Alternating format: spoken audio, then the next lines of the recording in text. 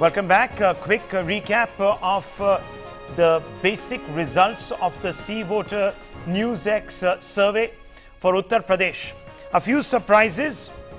The BJP doing exceedingly well, 83 seats according to our survey report there. The Congress, unfortunately, not being able to deliver on the promises that it has aroused.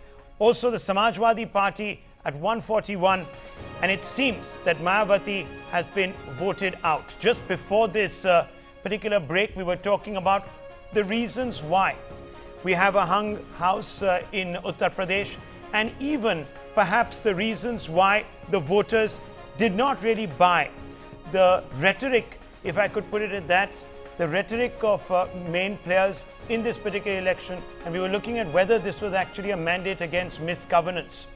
And let me quickly go across, in fact, to Sanjay Kaul. Sanjay, that was a central point that we were talking about. Many people are saying on the panel that the voter is aspirational, wants better governance. But that is an old concept, isn't it? Many people have wanted that for years as far as India is concerned. But it's the leadership, the political class that doesn't seem to get the message. Yes, absolutely. I agree with you. I don't see anybody disagreeing with that. Including your party. Yes, of course. But the important point is this. You see, there are more than one ways to express yourself. So I think what has happened really here, and precisely to say that choice can be expressed also by saying what I don't want. So I think you have to take that into account, particularly when there is, according to what you're saying and what you're discussing, an anti-incumbency flavor to the whole thing. But you know, if you really look at the figures that you are presenting at this point in time, you know, it's really not giving us the sense that people have been terribly angry with this regime. So, you know, a difference of 15 seats here and there would actually give you the impression that everybody has held on to their constituencies. I mean, so, you know, the reading that is being presented here, that people have come out and they voted against, you know, inefficiency or governance, doesn't seem to somehow reflect in the figures that you have presented. Well, so that's the conflict here, right? Is this a country really in change, and is this election emblematic of that change, or is it just the same old wine in a new bottle? Because, you know, we talked about the impact of caste, we talked about the impact of creed, and they can keep changing in their specifics. One group maybe having a little bit more clout, a little bit more push with one candidate in one area. But really, even the third C of this really distressing triangle is, of course, criminality. And we saw that about 20 to 25% of the candidates, pretty much across all parties, including the BJP, which likes to call itself the clean party, have, you know, pretty serious criminal records. And so for a population looking for whether it is jobs or whether it is aspiration and change and governance, I'm not sure, you know, hardcore criminals are going to deliver that unless we've just become a society where shooting your way to the top, literally, is all that matters today. Can I respond to that? Please, because, you know, I just say one thing, Sanjay, very distressing. When you guys got Kushwaha, who's now been arrested, into your party, a lot of BJP people were whispering to themselves and to me that, you know, the media is criticizing us, but look, Kushwaha has energized a whole bunch of votes for us, and that's all that your party seemed to care about. But he has. He's delivered. And that's that seems to be the tragedy here, isn't it? Yeah, but let me just answer the first question, which I think will also...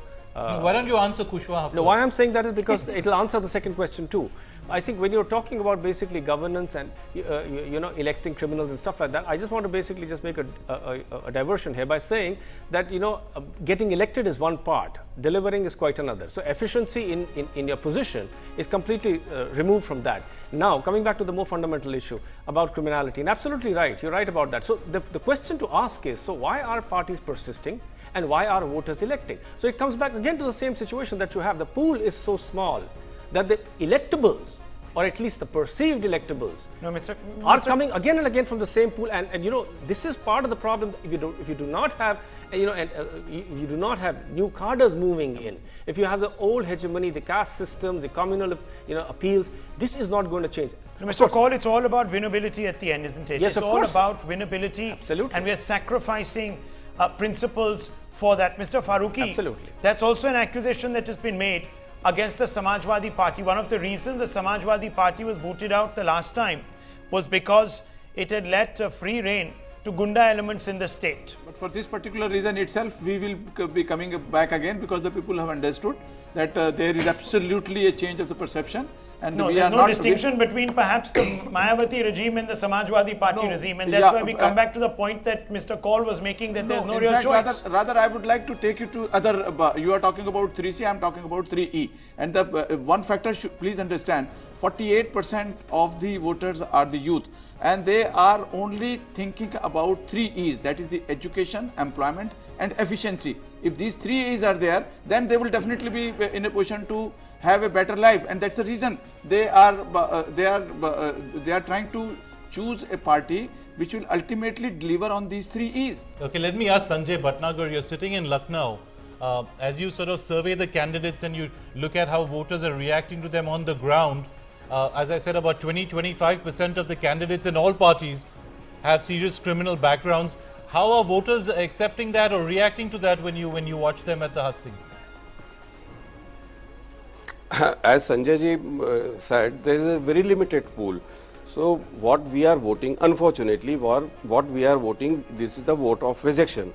Last time too, in 2007, it was a negative vote against SP, and this time it's a negative vote if it is going to be against BSP. Yes. So then we have very limited resources in terms of the candidates. So we have, if we have limited pool, we have to choose among them. Let me ask that is Zoya the problem Hassan, with let them, me ask you this. with the voters. Zoya Hassan, in a country of 1.1 billion people, in a state of over 100 million people, why do we have a limited pool? Are just less people being attracted to politics? Are less young people, these 48% of young people, are they not interested in joining the parties? Are they not interested in working their way through the ABPP or the Youth Congress and making a career for themselves in politics? I think I wouldn't agree that there is a limited pool.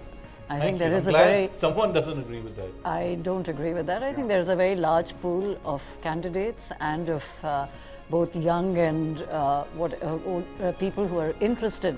I think the problem is with political parties. It's the way in which political parties function. In most political parties in India, and the ones which are in the fray in UP, are centralized, oligarchical, hierarchical. They work on the basis of money power. There is a nexus between money power and criminality, and I think the issue that you raised is a very important one. The issue of criminality in UP in particular is extremely important, and going by the record of the Samajwadi government when it was in power and of the BSP, clearly, and if you look at the social background and so on of their MLAs, clearly criminality is an issue. But I think criminality issue cannot be, we cannot expect the voter to deal with this issue by saying that we will not vote for criminals. I think this is an issue of election reform. This is, I mean, there are two issues. If there are two issues which are crying for attention as far as election reform is concerned, one is the issue of criminality, and the other is the issue of money power in elections. And I think while the Election Commission has done very well as far as the code of conduct is concerned, I think I'm aware that the Election Commission on its own cannot do very much about criminality and money power, but I think it can certainly push this issue, put pressure in the way it is, and I think the issue that really needs to be addressed Mr. Farooqi, come in there, because there's some important points that Zoya Hassan is making. Yeah. In contradiction of your point. No, it's not in contradiction. Rather, whatever she has said, we are not saying that the criminality is not the issue. Yes, that is it, that is also the issue. But now the people are seeing what is the change phase, number one.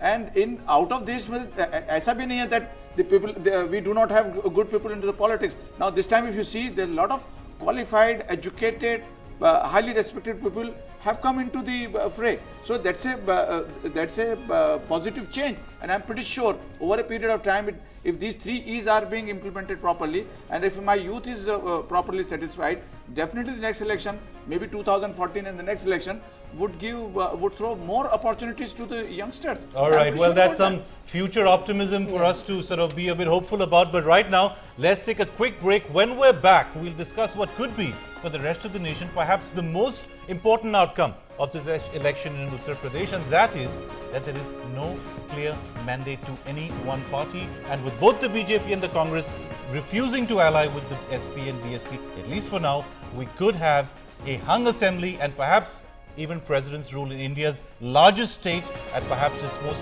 vulnerable time. When we're back, we'll talk more about that. Don't go away.